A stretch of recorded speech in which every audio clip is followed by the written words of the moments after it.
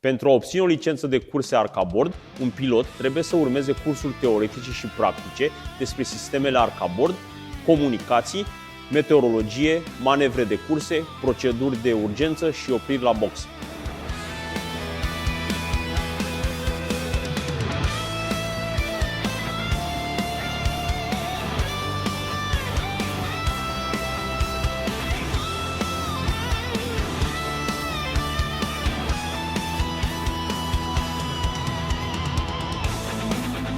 La finalul procesului de licențiere, piloții vor forma un grup din care echipele concurente vor putea alege piloții principali și de rezervă. Echipele pot selecta propriul personal pentru a concura ca piloți în campionat, dar și aceste persoane trebuie să treacă de asemenea prin procesul de licențiere.